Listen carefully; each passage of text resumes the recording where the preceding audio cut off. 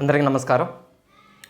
10th class ఫిజిక్స్లో electromagnetism video number 3 start చేసుకుందాం. ఇవాళ ఈరోజు మనం టాపిక్ చాలా ఇంపార్టెంట్ టాపిక్ డిస్కస్ చేసుకుందాం. మ్యాగ్నెటిక్ ఫ్లక్స్ డిస్కస్ చేసుకుందాం. మ్యాగ్నెటిక్ ఫ్లక్స్ వీడియో నెంబర్ 1లో అరిస్టెడ్ ఎక్స్పెరిమెంట్ అయిపోయింది. వీడియో నెంబర్ 2లో ఏమైపోయింది, మ్యాగ్నెటిక్ ఫీల్డ్ లైన్స్, వాటి ఇంపార్టెన్స్ అవన్నీ డిస్కస్ చేసుకున్నాం కదా. మ్యాగ్నెటిక్ ఫ్లక్స్ అంటే ఏంటో చూద్దాం ఇవాళ. మ్యాగ్నెటిక్ ఫ్లక్స్ డెన్సిటీ, ఇవి చాలా చాలా చాలా ఇంపార్టెంట్ టాపిక్స్ ఫిజిక్స్లో. ఇక్కడ నుంచి వచ్చేవి ప్రతిదీ అంటే ఒక దానికి మించి ఇంకొకటి ఇంపార్టెంట్ టాపిక్స్ ఇవన్నీ కూడా.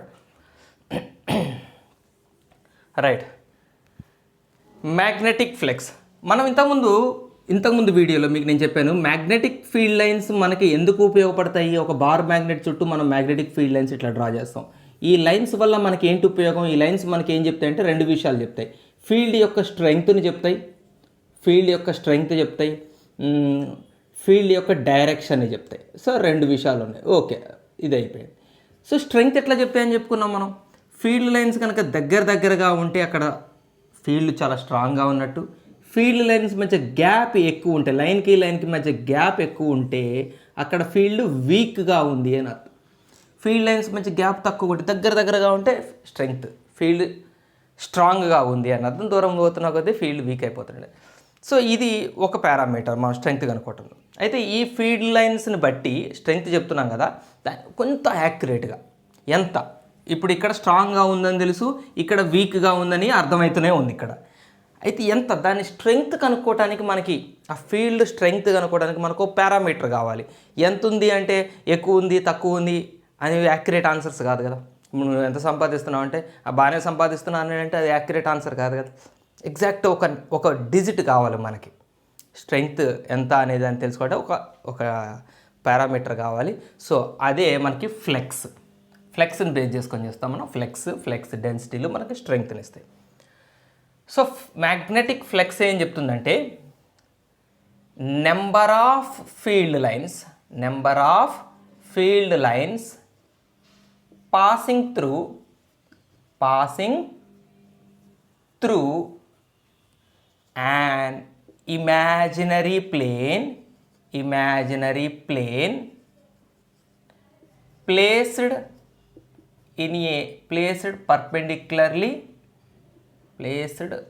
perpendicularly in a magnetic field gives magnetic flux. Magnetic flux is denoted by pi. అంటే ఫీల్డ్లో మనం ఒక ఇమాజినరీ ప్లేన్ ఊహించుకుందాం. కొంత ఏరియా, ఒక ప్లేన్ పెట్టాము, ఒక ప్లేన్ ఊహించుకోండి. ఇక్కడెక్కడో మొన్న ఏర్పాటు చేసుకున్నాం. Okay, correct, right. చిన్న బ్యాంగిల్, ఒక ప్లేన్ని మనం ఫీల్డ్లో పెట్టాము అనుకుందాం. పర్పెండిక్యులర్గా ప్లేస్ చేసాము. సో పర్పెండిక్యులర్గా ప్లేస్ చేసినప్పుడు ఆ ప్లేన్లో నుంచి ఎన్ని లైన్స్ పోతున్నాయి? ఇవి మ్యాగ్నెటిక్ లైన్స్ కదా. ఇప్పుడు ఈ ప్లేన్ ఇక్కడ పెట్టాను, ఇట్లా పెట్టాను నేను. ఈ బ్యాంగిల్ ఇక్కడ పెట్టాను నేను. ఈ ఫీల్డ్ లైన్స్ పోతున్న దారిలో బ్యాంగిల్ పెట్టాను. ఎన్ని ఫీల్డ్ లైన్స్ ఈ ప్లేన్లోంచి పోతున్నాయో ఆ నెంబర్ ఎంత, ఎన్ని లైన్ పోతున్నాయి? 1 2 3 4. ఆ 4నే మ్యాగ్నెటిక్ ఫ్లక్స్ అంటాం. సో ఇక్కడ మ్యాగ్నెటిక్ ఫ్లక్స్ ఎంత అంటే, ఇక్కడ ఈ ప్లేన్ యొక్క మ్యాగ్నెటిక్ ఫ్లక్స్ ఎంత? మ్యాగ్నెటిక్ ఫ్లక్స్ ప్లేన్కి సంబంధించింది. ఈ ప్లేన్ యొక్క మ్యాగ్నెటిక్ ఫ్లక్స్ ఎంత అంటే 4 webers. Weber is the SI unit. ఇది SI యూనిట్ అండి. SI యూనిట్ మ్యాగ్నెటిక్ ఫ్లక్స్కి SI యూనిట్ వెబర్. సో ఇక్కడ మ్యాగ్నెటిక్ ఫ్లక్స్ ఎంత అంటే 4 వెబర్స్ అంటాం. 4 మ్యాగ్నెటిక్ ఫీల్డ్ లైన్స్ పోతున్నాయి కాబట్టి 4 వెబర్స్. సో ఇమాజినరీ ప్లేన్, ఒక విషయం గుర్తుపెట్టు, ఇమాజినరీ ప్లేన్. ఇప్పుడు ఇక్కడ ఒక సమస్య వస్తుంది. ఇప్పుడు ఈ 4 వెబర్ని చూసి ఇక్కడ ఫీల్డ్ యొక్క స్ట్రెంగ్త్ 4 వెబర్స్ అనొచ్చా? ఈ ప్లేస్లో, ఈ ప్రాంతంలో, ఇదంతా ఫీల్డ్, ఈ ఫీల్డ్లో ఈ ప్రాంతంలో ఫీల్డ్ యొక్క స్ట్రెంగ్త్ 4 వెబర్స్ అనొచ్చా? నేనంట ఇప్పుడు మీతో, ఏమండి బాబు, ఇక్కడ ఫీల్డ్ స్ట్రెంగ్త్ 4 వెబర్స్ ఉంది, అంట. మీరు ఎట్లుంది, ఎట్లా తెలుసు నీకు 4 వెబర్స్ అంటే, నేను ఒక ఇమాజినరీ ఏరియా ప్లేన్ పెట్టాను, అందులోంచి 4 లైన్స్ దూరినాయి, అందుకని దాని స్ట్రెంగ్త్ 4 వెబర్స్ అంట. అప్పుడు మీరేం చేస్తారంటే, ఓహో నువ్వు అట్లా వచ్చావా అని చెప్పి ఏం చేస్తారంటే, ఒక చిన్న దీనికన్నా ఈ బ్యాంగిల్ కన్నా చిన్న బ్యాంగిల్, చోట బ్యాంగిల్, చిన్న చిన్న పిల్లలకి, అప్పుడే పుట్టిన పాపలకి చిన్న చిన్న బ్యాంగిల్స్ ఉంటాయి, చిన్న బ్యాంగిల్ తీసుకొచ్చి ఇదే ప్లేస్లో పెడతాడు. చిన్న బ్యాంగిల్, చిన్న ఏరియా ఉన్న బ్యాంగిల్ తీసుకొచ్చి ఒక ప్లేన్ తీసుకొచ్చి ఆ ఏరియాలో పెట్టాడు. ఇప్పుడు ఈ ప్లేన్ ఏరియా యొక్క మ్యాగ్నెటిక్ ఫ్లెక్స్ ఎంత? 2 వెబర్స్. రెండే కనపడతాయి, రెండే లైన్లు పోతున్నాయి, 2 వెబర్సే. ఇప్పుడు ఆ పెట్టిన వ్యక్తి, ఆ రెండో వ్యక్తి ఏమంటాడు, ఈ రెండో రింగు పెట్టిన వ్యక్తి ఏమంటాడు, ఏమండి ఈ ఫీల్డ్కి ఈ ప్లేస్లో ఫీల్డ్ స్ట్రెంగ్త్ 2 వెబర్సే, మీరు 4 వెబర్స్ అంటారు ఏంటండి, 2 వెబర్సేగా అంటాడు. అప్పుడు మనమే ఆర్గ్యూ చేస్తాం, నువ్వు పెద్ద పేరు, నువ్వు చిన్న ఏరియాది పెట్టావు అందుకని 2 వెబర్స్ వచ్చింది, నేను కొంచెం పెద్ద సైజు ఏరియా ఉన్నది పెట్టాను అందుకే నాకు 4 వెబర్స్ వచ్చింది అంటాడు. మరి మనకి ఇక్కడ ఎక్కడ కూడా పలానా సైజు ఉన్న ప్లేన్ ఏరియానే పెట్టాలని డెఫినేషన్లో ఎక్కడా లేదు కదా, ఇంత ఏరియా ఉన్నదే పెట్టాలని లేదు కాబట్టి ఎంతైనా పెట్టుకోవచ్చు కదా. ఇక్కడేం మెన్షన్ చేయలేదు కదా, ఇక్కడేం పెట్టాం మనం, ఇమాజినరీ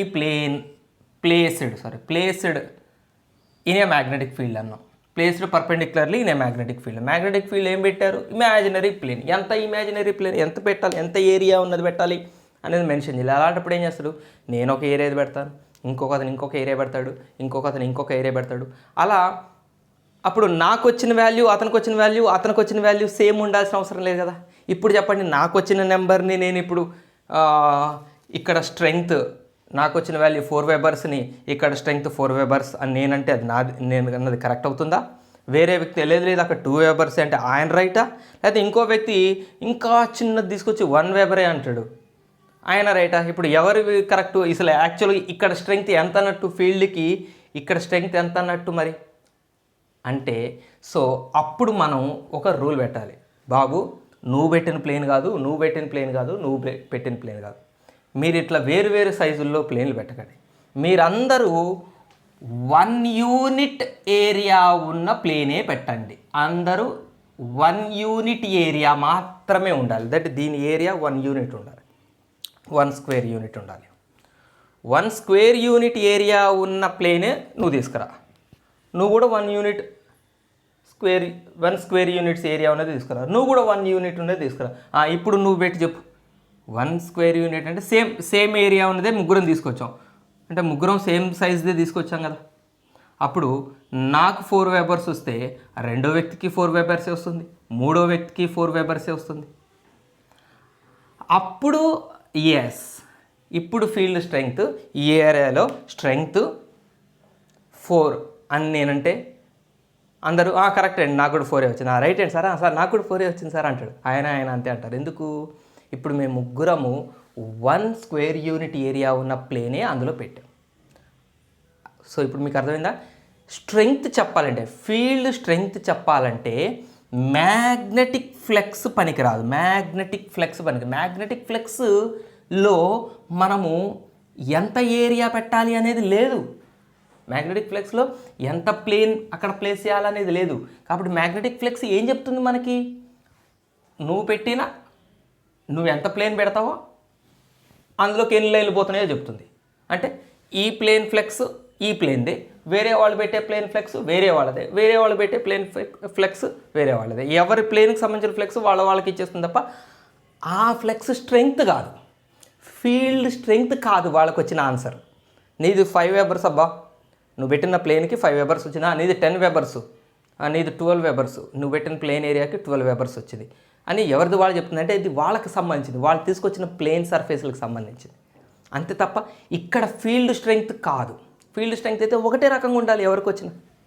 కాబట్టి ఫీల్డ్ స్ట్రెంగ్త్ చెప్పాలంటే మ్యాగ్నెటిక్ ఫ్లెక్స్ మనకు ఉపయోగపడదు. ఇంకొకటి కావాలి, ఏంటిది అంటే మ్యాగ్నెటిక్ ఫ్లెక్స్ డెన్సిటీ. ఇది కావాలి, magnetic flux density, that is represented by B. Magnetic flux density అంటే ఏం చేయాలంటే ఇంత చెప్పింది, నువ్వు ఎంతమందిని ప్లేన్ సర్ఫేస్లు తీసుకురండి మీరు టెస్ట్ చేయాలనుకుంటున్నారా, ఈ ఏరియాలో స్ట్రెంగ్త్ టెస్ట్ చేయాలనుకుంటున్నారా, నువ్వు ఒక ప్లేన్ చేస్తావా, ఎంత తీసుకొస్తారు మీరు వచ్చేటప్పుడు? 1 స్క్వేర్ యూనిట్ ఏరియా ఉన్నదే తీసుకురా, నువ్వైనా అందరూ అని చెప్పండి. అప్పుడు అందరూ 1 స్క్వేర్ యూనిట్ ఏరియా ఉన్నది తీసుకొచ్చి ఎక్కడ టెస్ట్ చేయాలో ఆ ఏరియాలో టెస్ట్ చేయాలంటాం. ఈ ఏరియాలో టెస్ట్ చేయగానే వాడు ఈ ఏరియాలో పెడతాడు, సార్ 4 లైన్స్ పోతున్నాయి. ఆయన కూడా పెడతాడు, సార్ 4 లైన్స్ పోతున్నాయి. ఆయన కూడా పెడతాడు, సార్ 4 లైన్స్ పోతుంది. ఓకే, అందరూ 4. సో ఈ ఏరియాలో ఫీల్డ్ స్ట్రెంగ్త్ 4 ఉంది. ఇప్పుడు ఈ ఏరియాలో పెట్టండి అందరు. ఈ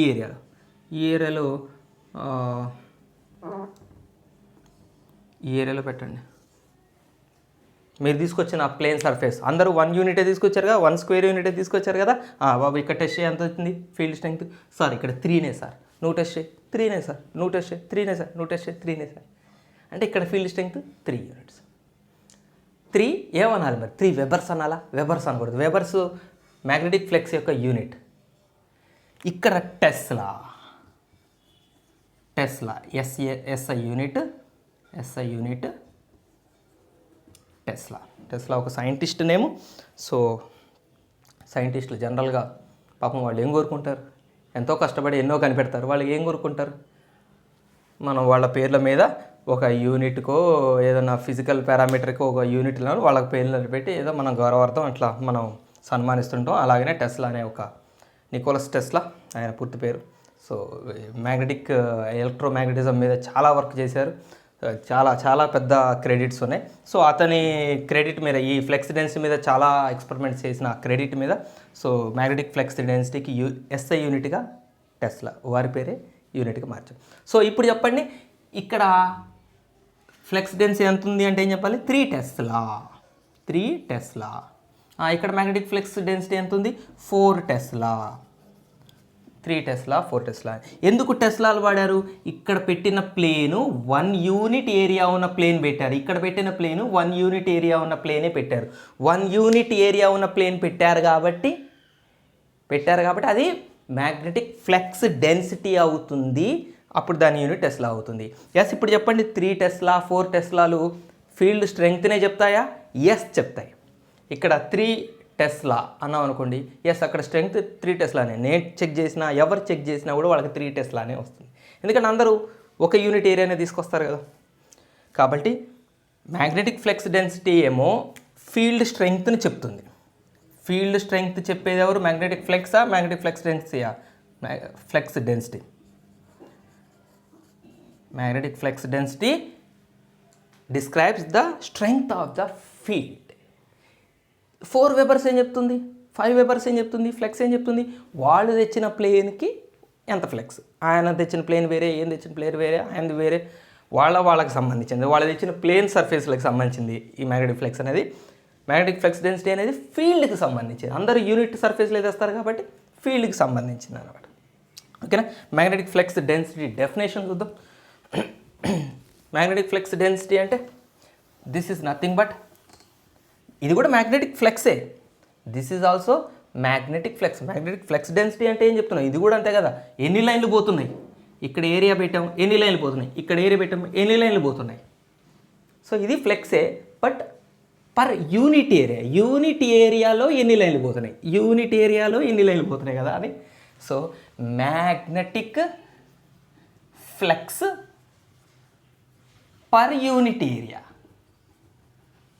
ఈజ్ కాల్డ్ మ్యాగ్నెటిక్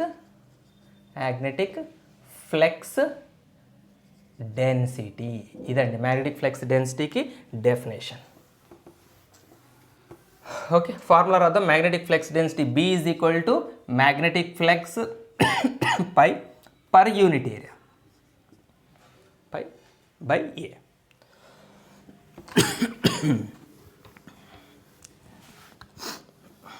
రైట్.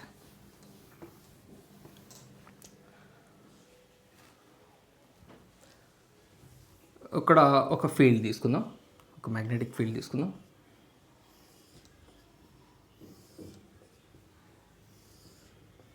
ఒక సర్ఫేస్ పర్పెండిక్యులర్గా ప్లేస్ చేశాను నేను.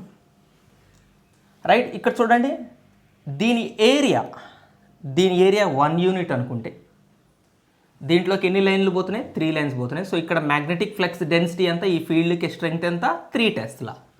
3 Tesla is the field strength here, అంతేనా? రైట్.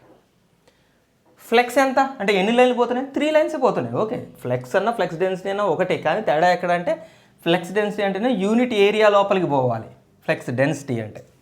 సో ఇక్కడ ఫ్లెక్స్ ఎంత అన్న 3 ఫీల్డ్ లైన్సే పోతున్నాయి కదా. ఈ ఏరియాకి ఫ్లెక్స్ ఎంత? 3 field lines. Flux is 3 webers. Flux density is 3 tesla. Flux అంటే 3 వెబర్స్, ఫ్లెక్స్ డెన్సిటీ అంటే 3 టెస్లా అని చెప్పాలి. రైట్. సో ఇక్కడ నుంచి పైకి ఫార్ములా ఏం రాయొచ్చు చెప్పండి? BA bachelor of arts. Phi is equal to BA. So this is the formula we can use to find magnetic flux. Magnetic flux ఎలా కనుక్కోండి? Magnetic field flux density B into its area దాని ఏరియాతో multiply చేస్తాం.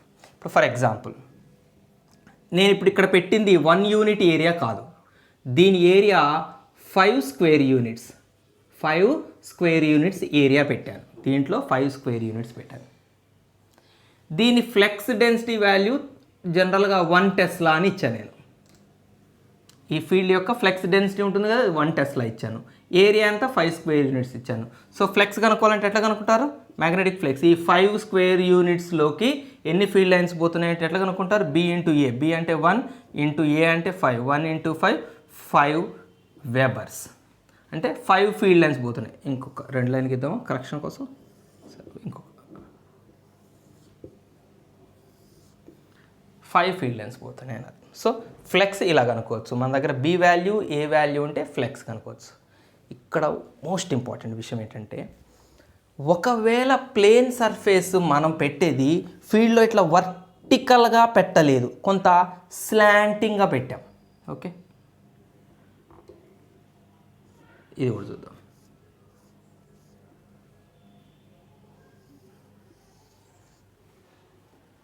Plane ఇలా వర్టికల్గా పెట్టకుండా కొంత వాలుగా, ఏటవాలుగా, స్లాంటింగ్గా పెట్టాం.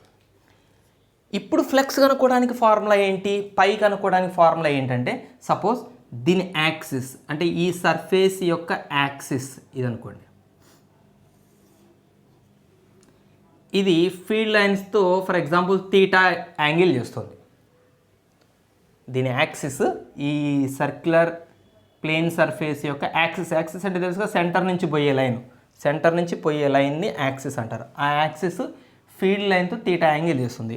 అప్పుడు ఫ్లెక్స్కి formula phi is equal to BA cos theta. ఇప్పుడు దీంట్లోంచి ఎన్ని ఫీల్డ్ లైన్స్ పోతున్నాయో తెలుసుకోవాలంటే, దీని ఫ్లెక్స్ తెలుసుకోవాలంటే formula phi is equal to BA cos theta. Suppose theta ఇక్కడ 30 డిగ్రీస్ అనుకోండి. So phi is equal to B ఎంత? 1 ఇంటూ A ఎంత? దీని ఏరియా ఎంత? 5 ఇంటూ కాస్ తీటా ఎంత? కాస్ 30 అంటే √3/2. So 5√3/2 webers will be the flux అవుతుంది. ఓకేనా?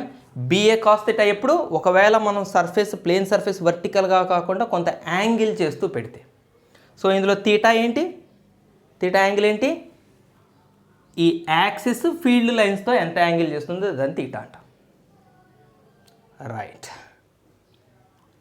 BA కాస్ తీటా ఫార్ములా ఎలా వచ్చిందో తెలుసా? ఇది యాక్చువల్గా మీకు ఇంటర్మీడియట్ పాయింట్ ఆఫ్ వ్యూలో మీకు ఉంటుంది, బట్ మీకు అర్థమయ్యే భాషలో మీకు అర్థమయ్యేటట్టు నేను చెప్తాను.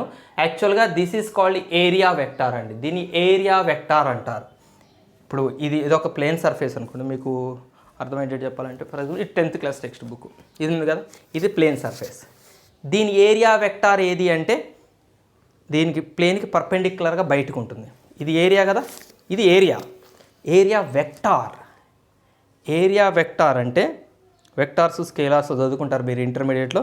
ఈ ప్లేన్ సర్ఫేస్ నుంచి బయట వైపుకి డైరెక్టెడ్ అయ్యి ఉంటుంది ఏరియా వెక్టార్ అంటేనే డైరెక్షన్ కలిగి ఉంది అని అర్థం.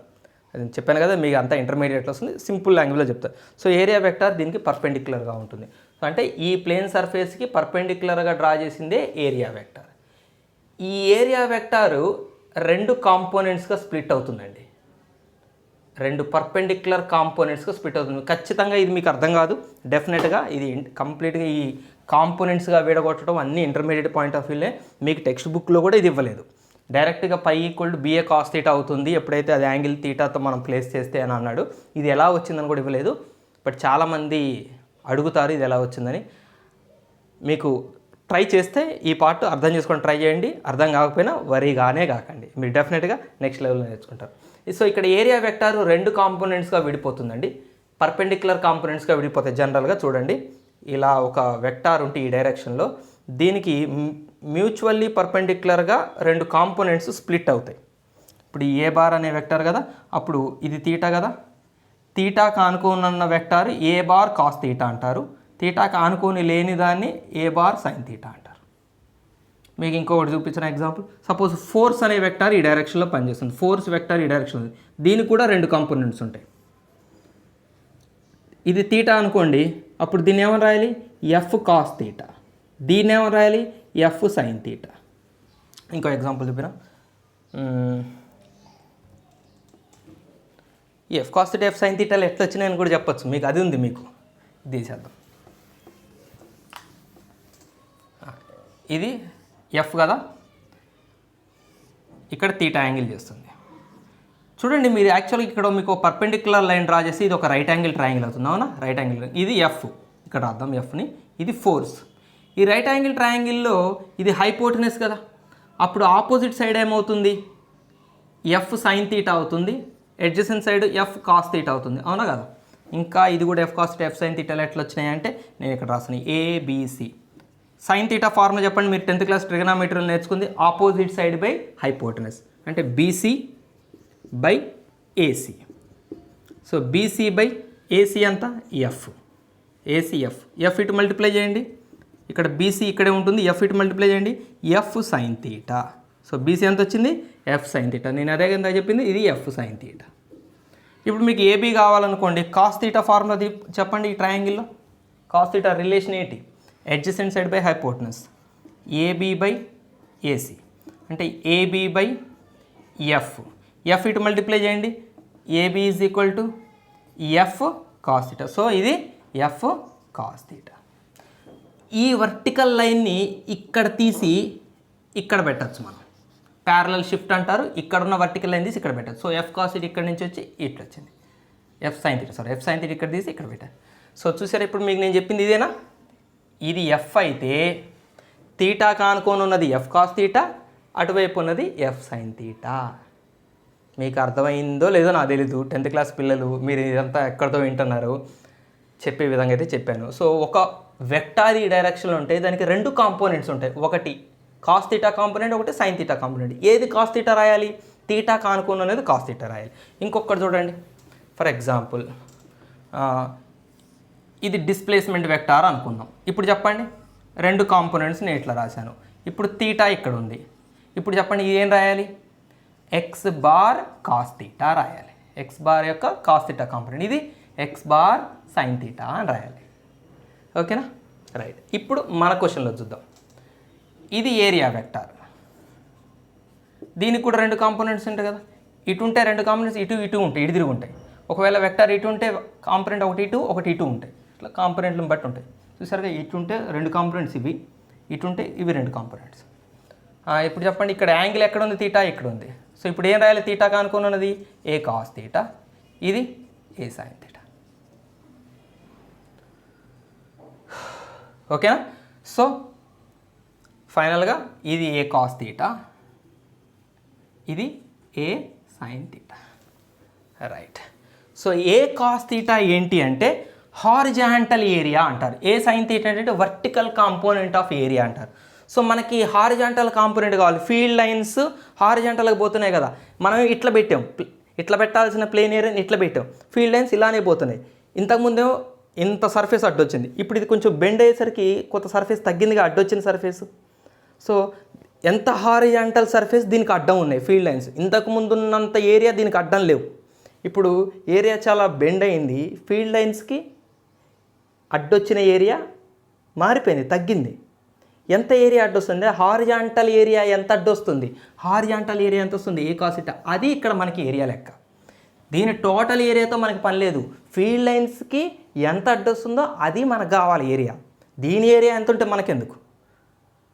ఇప్పుడు ఫీల్డ్ లైన్స్ ఇట్లా ఉన్నాయి, మీరు పెట్టిన ఏరియా ఇంత ఏరియా పెట్టారు, ఇదంతా మనకు అనవసరం. ఫీల్డ్లో ఎంత ఏరియా ఉంది, ఫీల్డ్కి ఎంత ఏరియా అడ్డొచ్చింది, ఫీల్డ్ లైన్స్ పోతుంటే ఎంత భాగం ఆ ఏరియా అడ్డొచ్చిందో ఆ ఏరియానే మనం తీసుకోవాలి. దాన్ని ఎఫెక్టివ్ ఏరియా అంటారు. సో ఇట్లా బెండ్ అయినప్పుడు ఈ ఫీల్డ్ లైన్స్కి ఎంత ఏరియా అడ్డొస్తుంది, హారిజాంటల్ ఏరియా కాంపోనెంట్ తీసుకోవాలి. అందుకని A cos theta. So phi is equal to B into flux density into effective area. ఎంత ఏరియా అడ్డొస్తుంది ఈ ఫీల్డ్ లైన్స్కి.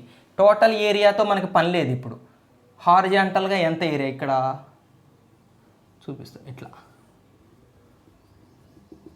అంటే ఈ టోటల్ ఏరియాలో ఇంత భాగమే ఈ ఫీల్డ్ లైన్స్కి అడ్డం వస్తుంది. ఇది ఇట్లా బెండ్ అయ్యేసరికి కొంత భాగమే. యాక్చువల్లీ ఇది ఇట్లా నిలువుకుంటే ఇంత భాగం అడ్డొస్తుంది, ఇది నిలువుకుంటే ఇంత భాగం అడ్డొస్తుంది. ఇది క్రాస్ అయ్యింది కాబట్టి ఇంత భాగమే అడ్డొస్తుంది. ఈ ఏరియాలోని కొంత భాగమే ఫీల్డ్ లైన్స్కి అడ్డొస్తుంది. దీని ఎఫెక్టివ్ ఏరియా అంటారు. అది A cos theta. So B A cos theta. Right? Okay, క్లియరా? ఓకే, క్లియర్ కాకపోయినా పర్లేదు. బట్ వెరీ వెరీ ఇంపార్టెంట్ విషయం మీకు ఒకటి చెప్తాను. జనరల్గా అందరు కన్ఫ్యూజ్ అయ్యే విషయం ఒకటి చెప్పి ఈరోజు మనం వీడియోని క్లోజ్ చేసుకుందాం. ఏంటంటే చూడండి, థీటా ఎవరు అన్నది చాలా ఇంపార్టెంట్. ఇప్పుడు మనం ఇక్కడ ఏరియాని ఇలా పెడుతున్నాం, దీని ఏరియా వెక్టార్ ఇలా ఉంది. సో ఏరియా వెక్టార్కి ఫీల్డ్ లైన్కి, ఏరియా వెక్టార్కి ఏ ఫీల్డ్ లైన్కైనా, ఈ ఫీల్డ్ లైన్కైనా ఈ ఫీల్డ్ లైన్కైనా ఎవరికైనా సేమే ఉంటాయి, అన్నీ ప్యారలల్గా ఉన్నాయి కాబట్టి. సో ఏరియా వెక్టార్కి ఫీల్డ్ లైన్కి మధ్యలో ఉండేది థీటా అవుతుంది. మీకు ఒక విషయం ఉందా, if the area plane area is kept horizontally in a magnetic field of B 5 Tesla. Find pi. If the plane area of 3 square units అన్నాం, అంటే 3 స్క్వేర్ యూనిట్స్ ఉన్న ఒక ఏరియాని హారిజాంటల్గా ప్లేస్ చేస్తే ఆ ఫీల్డ్ యొక్క ఫ్లెక్స్ ఎంత, ఫై కనుక్కోవాలి. ఫైకి ఫార్ములా ఏంటి, ఇప్పుడు మనం రాసింది బిఏ కాస్ థీటా. సబ్స్టిట్యూట్ చేయండి. బి అంటే ఎంత ఇచ్చాను, 5 టెస్లా ఇంటూ ఏ ఎంత ఇచ్చాను, 3 square units into cos theta. Theta ఎంత పెడతారు, హారిజాంటల్లీ అంటే ఎట్లా పెట్టినట్టు, ఇప్పుడు మనం ఫీల్డ్లో ప్లేన్ సర్ఫేస్ని ఇలా పెట్టినట్టు. ఇప్పుడు చెప్పండి, ఫీల్డ్ ఇలానే ఉంది, ఫీల్డ్ లైన్ ఇలానే ఉన్నాయి, ప్లేన్ ఏరియా కూడా ఇట్నే పెట్టాం, అడ్డం పెట్టలేదు, ఇట్లా పడుకోబెట్టాం. అంటే ఫీల్డ్ లైన్స్కి ఎంత ఏరియా అడ్డు వస్తుంది, 0 ఏరియా అడ్డు వస్తుంది. ఓకే, అది వదిలిపెట్టండి. యాంగిల్ ఎంత, కాస్ థీటా ఎంత కదా మనకు రావాల్సింది. సో ప్లేన్ ఏరియాకి ఫీల్డ్కి మధ్య యాంగిల్ ఎంత, ప్లేన్ ఏరియాకి ఫీల్డ్కి మధ్య యాంగిల్ ఎంత, రెండు ప్యారలల్గా ఉంటే యాంగిల్ ఎంత, 0 degrees. So cos 0 degrees. 5 3s are 15 into cos 0 1. So 15 into 1 15 webers is the answer. cos 0 1 కదా. సో పై ఎంత వచ్చింది, 15 webers. అంటే ఇందులోంచి 15 లైన్స్ పోతాయి అని అర్థం. ఎక్కడో తేడా కొట్టింది. దీంట్లోంచి అసలు ఫీల్డ్ లైన్స్ పోతాయా, ఇది అడ్డం ఉంది ఏమన్నా ఫీల్డ్కి, ఇలా పడుకోని ఉంది, చక్కగా ఫీల్డ్ లైన్స్ వెళ్ళిపోతాయి. ప్లేన్ ఏరియాలో నుంచి ఎన్ని ఫీల్డ్ లైన్స్ పోతాయి, ఫ్లెక్స్ అంటే ఏంటి, ప్లేన్ ఏరియాలోంచి పోయే ఫీల్డ్ లైన్స్ ఎన్ని పోతాయి. యాక్చువల్గా డయాగ్రామ్ చూస్తే కామన్ సెన్స్ ఉన్న ఎవరికైనా తెలుసు, డయాగ్రామ్ చూసేవాళ్ళకి, ఈ ప్లేన్ ఏరియాలోంచి అసలు ఫీల్డ్ లైన్స్ పోవు. ప్లేన్ ఏరియా ఇట్లా ఉంటుంది, ఫీల్డ్ లైన్స్ ఇలా పోతుంటాయి, ప్లేన్ ఏరియాలోంచి పోవు, ఇది అడ్డం లేదు అసలు. యాక్చువల్లీ 0 రావాలి, ఆన్సర్ 0 రావాలి. కానీ మనకి ఎందుకు 15 వచ్చింది, ఎక్కడ తప్పు చేసాం, థీటా తీసుకునే దగ్గర తప్పు చేస్తాం. థీటా ఎందుకు 0 తీసుకున్నా ఇక్కడ నేను, ప్లేన్ ఏరియా ఇలానే ఉంది, ఫ్లెక్స్ లైన్ ఇలానే ఉంది.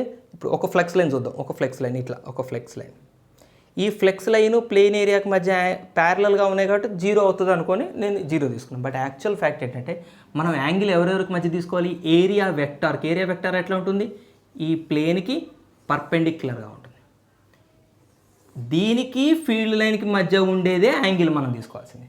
సో 90 degrees తీసుకోవాల్సిన దగ్గర 0 తీసుకున్నాను. అప్పుడు ఇది 0, cos 90 0 అవుతుంది, టోటల్ 0 అవుతుంది. ఓకేనా. ఫీల్డ్కి మనం పర్పెండిక్యులర్గా పెడితే చెప్పండి, ఫీల్డ్కి మనం పర్పెండిక్యులర్గా పెట్టాం, ప్లేన్ ఇప్పుడు మీరు పర్పెండిక్యులర్ అంటే అనగానే అందరికీ మైండ్లోకి వచ్చేది ఏంటి యాంగిల్ 90 డిగ్రీస్. ఎమ్మటే ఇందులో 90 డిగ్రీస్ పెట్టేస్తారు. ఫీల్డ్కి నేను ఇప్పుడు ఎట్లా పెట్టాను ఏరియా పర్పెండిక్యులర్ పెట్టాను అంటే యాంగిల్ ఎంత తీసుకుంటారు మీరు 90 తీసుకుంటారు. కానీ కాస్ 90 ఏమవుతుంది అప్పుడు 0 అవుతుంది. 0 అంటే ఎనీథింగ్ అక్కడ కూడా 0 వస్తుంది అంటే ఫ్లెక్స్ 0 వస్తుంది. ఈ కేసులో కూడా మీరు ఎట్లా తీసుకుంటే 0 వస్తుంది. ఈ కేసులో మీరు 5 కనుక్కోవాలనుకోండి ఏం చేస్తారు మీరు పర్పెండిక్యులర్ పెట్టాను కదా అని తీటా 90 తీసుకుంటారు. పర్పెండిక్యులర్ అంటే 90 కదా, కాస్ 90 0 టోటల్ 0 వస్తుంది. కానీ చూడండి ఏరియా అడ్డం ఉంది, అన్ని మ్యాక్సిమం ఫీల్డ్ లైన్స్ పోతాయి ఏరియా లోపల నుంచి, కంప్లీట్గా వర్టికల్గా ఉంది కదా. ఇప్పుడు ఫ్లెక్స్ లైన్స్ పోతాయి కదా, ఫీల్డ్ లైన్స్ పోతాయి కదా, అంటే ఫ్లెక్స్ ఉంటుంది, ఫీల్డ్ లైన్స్ పోతున్నాయి. ఎన్ని పోతాయి? చాలా పోతాయి. 0 అవుతుందా? Field lines number of field lines 0 అవుతుంది అవ్వదు, కానీ 0 వచ్చింది. అంటే ఏం మిస్టేక్ చేసాం మనం ఇక్కడ? యాంగిల్ తీసుకోవటం. ప్లేన్ పర్పెండిక్యులర్ అయినా పెట్టారు కానీ మనం చూసుకోవాల్సింది ఎవరెవరిని? ఏరియా వెక్టార్కి ఫీల్డ్ లైన్కి మధ్య యాంగిల్, ఈ ఇద్దరికి మధ్య యాంగిల్ మనం చూడాల్సింది. యాక్చువల్గా ఇది పర్పెండిక్యులర్ కానీ 90 తీసుకోవద్దు. ఈ ఏరియా వెక్టార్కి ఫీల్డ్ లైన్కి మధ్య యాంగిల్ రెండు ప్యారలల్గా ఉన్నాయి కాబట్టి ఇక్కడ తీసుకోవాల్సింది మనం 0 తీసుకోవాలి. అప్పుడు ఇది 1 అవుతుంది, అప్పుడు ఫ్లెక్స్ ఆన్సర్ వస్తుంది. సో జాగ్రత్త తీటా తీసుకునేటప్పుడు. ఓకేనా? ఇవ్వండి flux density. Next most important టాపిక్స్తో నెక్స్ట్ వీడియోలో మీ ముందుకు వచ్చేస్తాను. అప్పటిదాకా happy learning, keep practising. Bye bye, జై హింద్.